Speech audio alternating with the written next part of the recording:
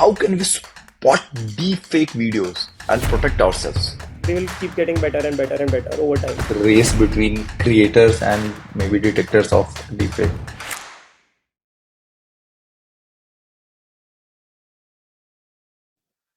Recently, we saw a large number of fake videos of Katrina, Kajol, and other actresses coming up on the internet. So, how can we spot deepfake videos and protect ourselves? Let's ask Shivam Mangla, the founder of AI company Rephrase that got acquired by Adobe recently. As an add-on, we also talk about how humans can be more creative than AI. Let's go, and thank you for tuning into yet another episode of GoVenture.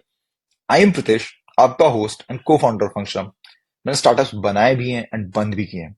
And so on GoVenture podcast, we serve as a friendly reminder on all the things to do to grow and achieve your dreams. Join our group in the description to share stuff and start up networking with like-minded folks. And lastly, thank you for all the love and comments that you share. It means a lot. I think it summarized a lot of not just what is happening, but also a lot of threats that Gen AI poses today, right? But I want to let's shift gears a bit, and I want to talk about let's talk about deepfake. I believe the similar tech as what you have built at Rephrase is also being used by other people around the world to create deepfake videos, right? Uh, what is simply nothing but fake videos, morphed videos, what was called morphed videos some time back. How dangerous is deepfake, you think? Yeah, I think this is a question I've been uh, answering for maybe 5 years now, ever since we started Rephrase, right? And it's still a very difficult question to answer, honestly. Deepfakes are, I think, quite threatening in a lot of ways. Right, 2024 is a huge election year.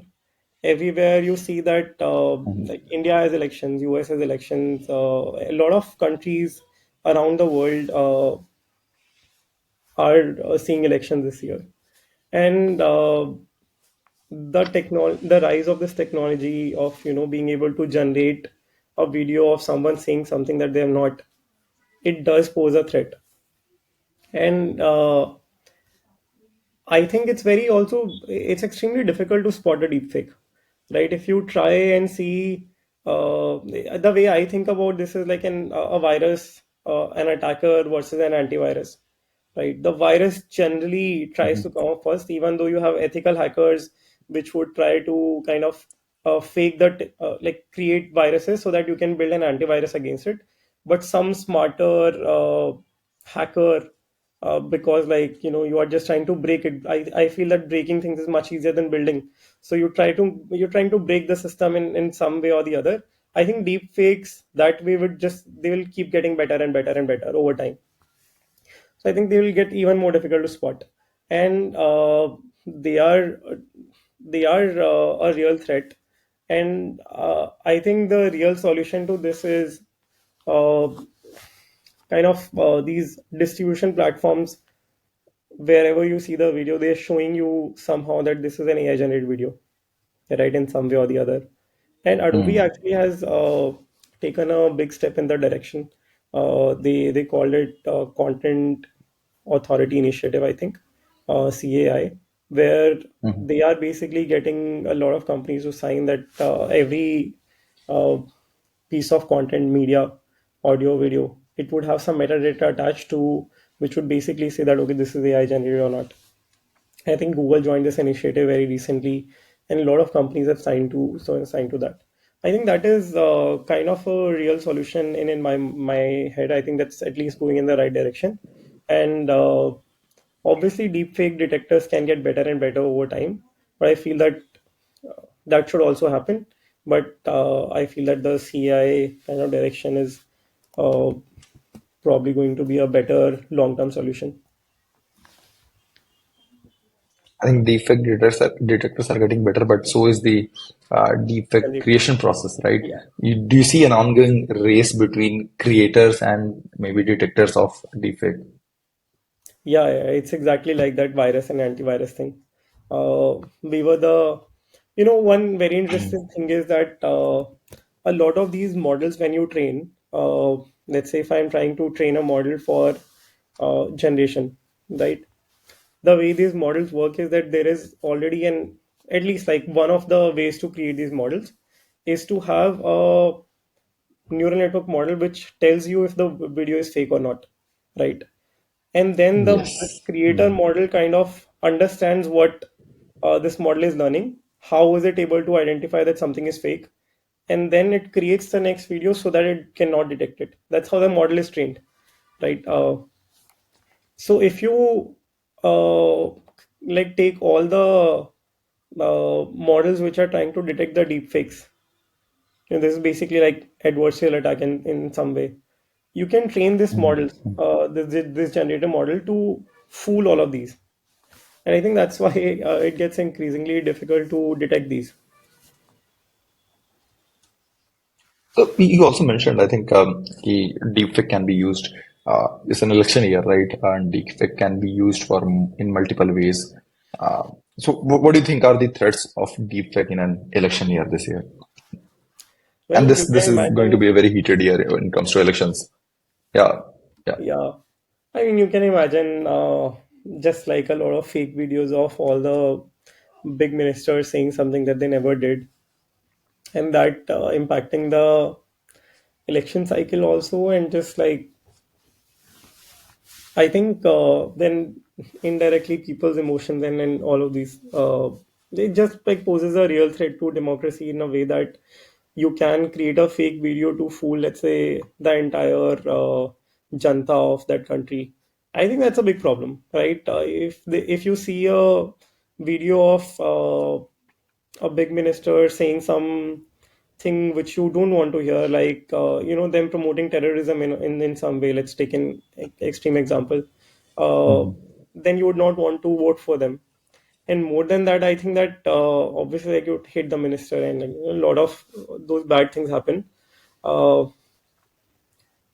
so I think that's a real threat. I mean, you just a minister basically saying, and it can be as small as you're saying that.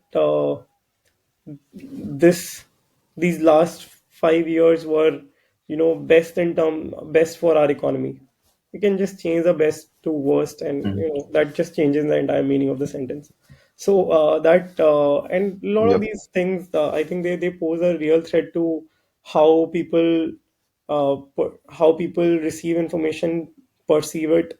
And I think it will create a lack of trust in a way. Like if something like this happens to you once, that okay, you watched a video, you thought it was real, and you took some action based on that, and then later you realize that it was not a real video.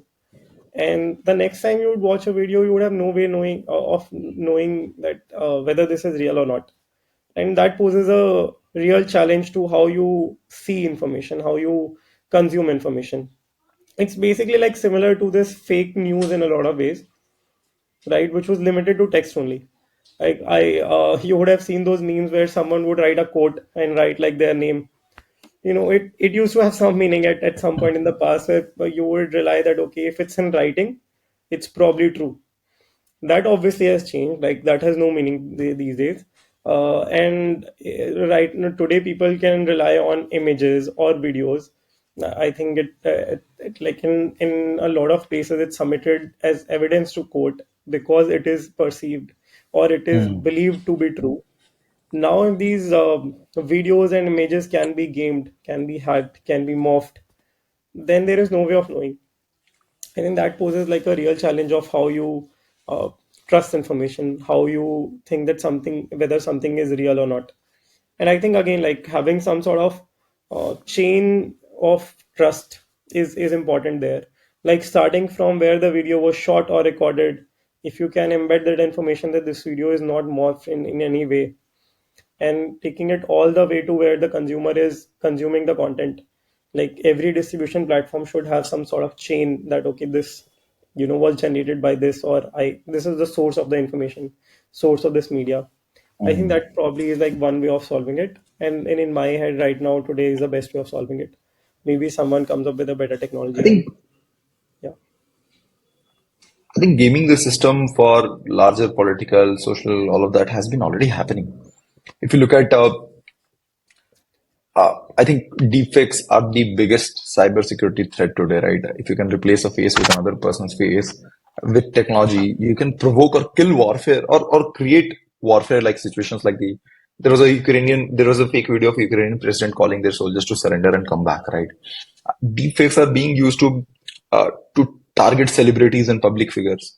There's fake viral videos of celebrities changing clothes from Rashmika Mandana to, I believe, Katrina Kajol, and all of these people as well, right? These are meant to destroy reputations by basically creating non-consensual pornography, right? So all of these deepfake subtle ways are being used. Deepfake is being used in subtle ways to destroy certain things, and even inciting fear and violence through curated, like you said, curated political speeches using deepfake. And it is only getting worse. And now it's gone to digital abuse, including harassment, blackmail, public shaming. The ability to change someone's face and voice into another person's presents a huge opportunity for a bunch of fraudsters as well, right? There was this case where a sales of a UK company, uh, he transferred crores of money believing that they were talking to their boss. This is especially dangerous when a lot of new tech is moving towards biometrics, right? From phone logs to banks, passports, everything, all of that is moving towards biometrics. And deep fake is evolving equally fast enough to someday exactly replicate someone's biometrics, maybe, right? So the question here is ki, how does a common man spot a defect? I can understand that there's a lot of tech work that's going on where a chain of evidence can be built and you can spot a deepfake. But how does a common man spot a deepfake? Well, I can't do it, honestly, in the videos that we create, unless the technology is not working that well. It's very hard to spot. That's why I feel that, and I've been thinking about this since the day we had like a first video that I could not distinguish from real or fake. Like the first video we created, which just felt and look very natural and real. I thought, okay, now this is where you need to really think what you're doing, and what is the real solution here. Because all these videos, when they start getting when they start circulating in the market, uh, they can pose a big problem. And I think my mind just went to the technical solution of kind of just creating that chain of trust only. Uh, is there a real way to spot deepfakes? I don't know as of today. I mean, the way I see this is like you probably get these WhatsApp messages to your example of that employee kind of transferring crores of rupees because a boss said so. Every few days, we get messages that my co-founder, for example, one would just create a new account, would write his name, and would put his picture, and then he send me a message on WhatsApp. Hey, I need this money. I want this money, and they do it for my account also. Like it comes to my team sometimes. It come to my friends also, and people have started doing it for WhatsApp, and obviously we have seen some success. It's coming from that time where there's a big joke in the office that Steve Carell is like sent money to a bunch of those uh, presidents in the past that okay, this king needs money, that king needs money. And I think it has now evolved to WhatsApp, and has obviously evolved to the faking the video and the voice. I think that like today if someone sends me a fake message what's on WhatsApp, I can call them and confirm. But if let's say I see their video just talking to me right in front of me, uh, I can't call them and confirm this. Of course, like one way of let's say if someone tries to fake one of my friends, I would at least call on their particular number. I would check if they are available or not.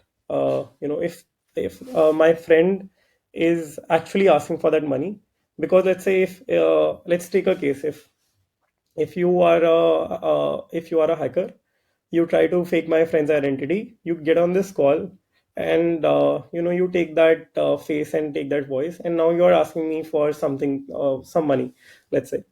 I have no way of knowing that you are not real.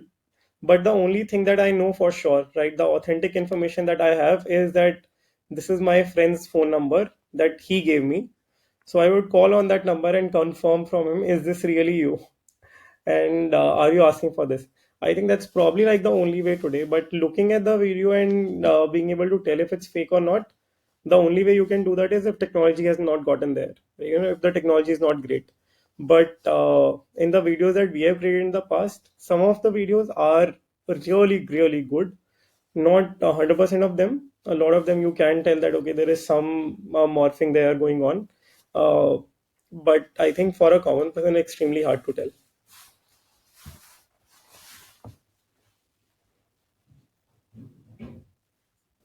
And I think agreed. I think and a lot of these there is a lot of creativity also that has come into this. And I want to talk about creativity a bit. A lot of creators today are using AI tools, right? AI models and influencers have started going viral on Instagram and other social media as well. While on the other hand, there's a massive ongoing debate on whether AI can be truly creative. But there have been a lot of creative thinking tests on AI models as well, right? For example, there was this test on finding alternative use cases for everyday human objects, like finding other use cases for a phone. A phone can be used maybe as a torch, maybe as a paperweight, etc. Right? Basically, it's a test of divergent thinking. Here, ChatGPT model beat most humans. However, what also happened was in all the tests, the highest creative scores were still by humans. So, generalizing this discussion, can AI be more creative than humans today or any time in the future? Uh, so if you let's say ask me to create an image of a night sky with people dancing, can I do it? No. Can AI do it? Yeah, like in a few seconds, it can create an amazing picture. And let's say uh, so let's say creating the picture is not just about thinking about it. It's obviously about also putting it on a paper or some digital platform or some surface. So let's say we are just talking about creative thinking. uh, can AI beat me today personally in creativity? I mean, yeah, 100%. Like in a lot of things that can beat me, right? Uh, Things which I have not invested a lot of time in my life, AI can clearly beat me there. Will it beat, let's say, the best of the best?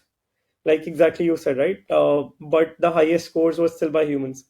I believe that 80%, 90% of the humans that can beat easily. Maybe the experts will stay Mhm. up to date. They will also use AI creativity to enhance their own creativity. Uh, will it surpass them at some point in the future? It's hard to say. Will it surpass like a lot of humans today?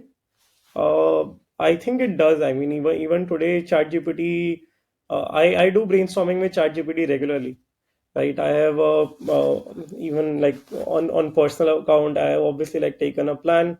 I chat with ChatGPT for a lot of brainstorming.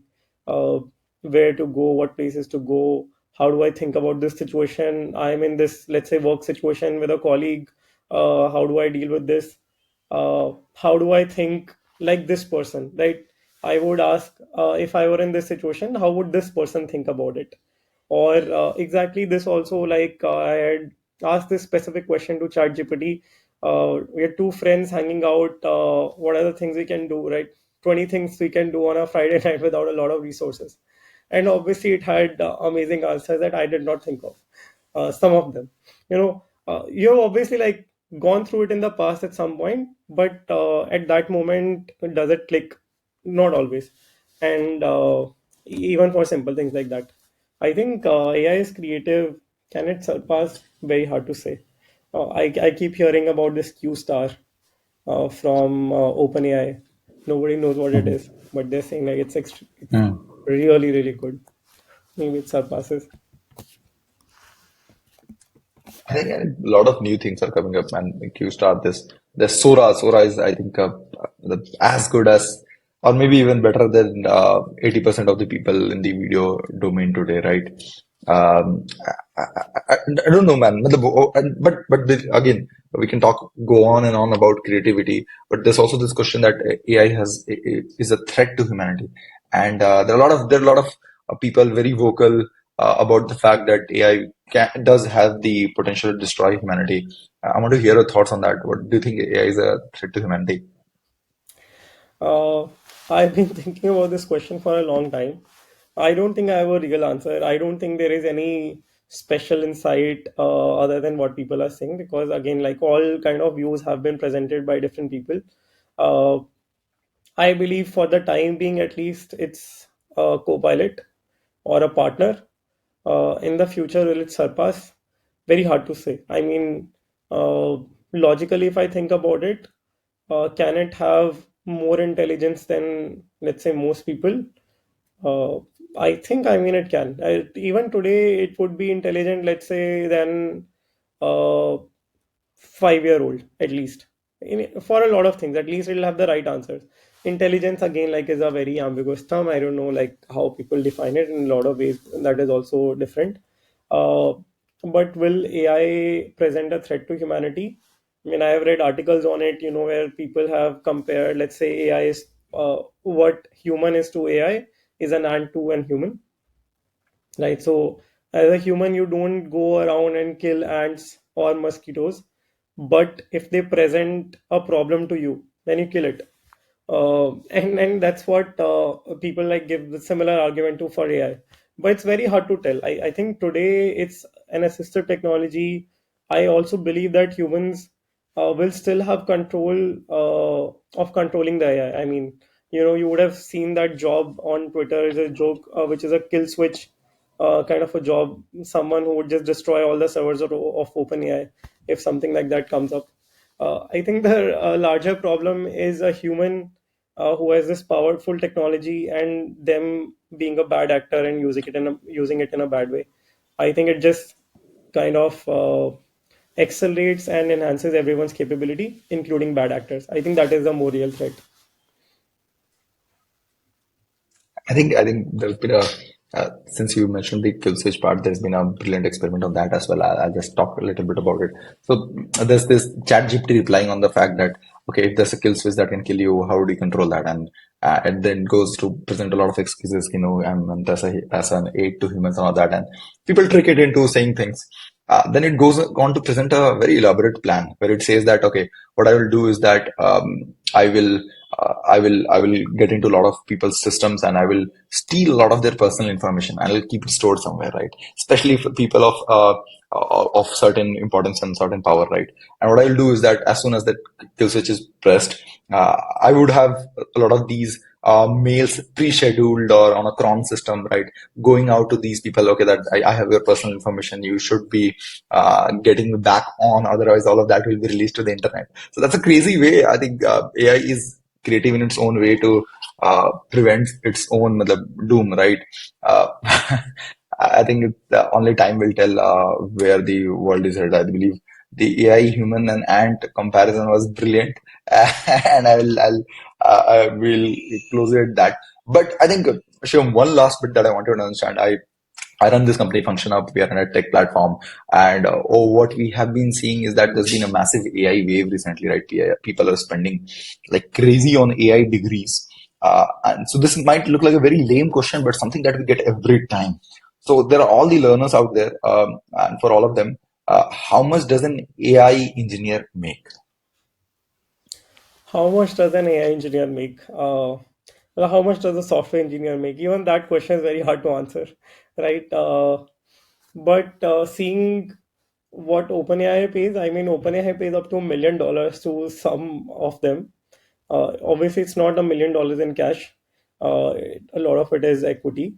Uh, but how much, let's say, does it pay in India? Very, very hard to say, depending on where you are. If you are one of the key talents, uh, you can get massive amounts of money even in India, because the in demand and supply, the supply is very, very limited, because as an AI company, we have tried to hire for a very, very long time, and for any talent, I think companies will pay crores of money uh, annually just to get the talent. If let's say that's key talent for AI engineers who are starting out, I think there is a very clear delta between software engineering salaries and AI salaries. Uh, But again, like I believe that whatever you are good at, if you just focus on that and upskill there, I think that is a bigger leverage that you can get in. And you should, I mean, use AI to learn AI and other things instead of you know trying to compete in some way. I think you can just upskill yourself in that. Obviously, I do believe that people should understand what AI can do in their specific field. How can it help them? Because it's going to create that revolution, and people should like be upskilling themselves in that way. Any closing thoughts on AI and future, and what are your any closing thoughts that you think we did not talk about? Yeah, I think one thing that you should do if you are anywhere related to tech, or even if you're not actually, should try and understand what AI is, what it can do for you, and you should obviously definitely be using something like ChatGPT, if not ChatGPT. ChatGPT at least is free, and I am personally very excited about the future of work. Uh, when Microsoft 365 Copilot came in, I just like really went crazy that okay, this is now will be a massive increase in productivity. When Sora has come up, that again like makes me very hopeful and very excited about what we can do with AI.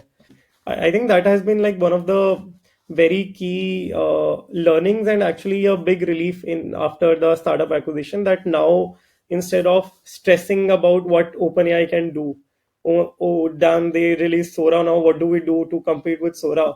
I mean, I can first of all massively enjoy that, right? Oh wow, let me see what Sora can do instead of oh damn, what can Sora do? What do we do to compete with it?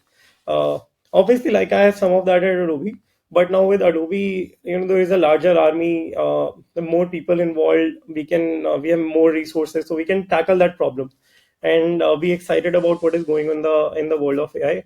So that way, I'm pretty excited, and I think at least for the foreseeable future, it's going to be super exciting, and everyone should be understanding the AI wave and seeing like what AI can do for you and in your field.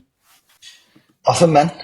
Thanks, Shivam. That was all the time that we have, and it was brilliant discussion. I believe we discussed thoroughly on AI, not just the potentials of AI, but also the dangers and threats that AI poses. Thank you for the session. Thank you for the discussion. Thanks, Pritesh. Thanks a lot for having me. Thank you. So if you enjoyed this, it would mean a lot if you subscribe and share your thoughts, reviews, and the guests you want. And आपको हमारे community के लिए links मिल जाएंगे notes में. You should join for brilliant networking and participate in the upcoming events and connecting with our guests. दोबारा मिलते हैं next discussion में.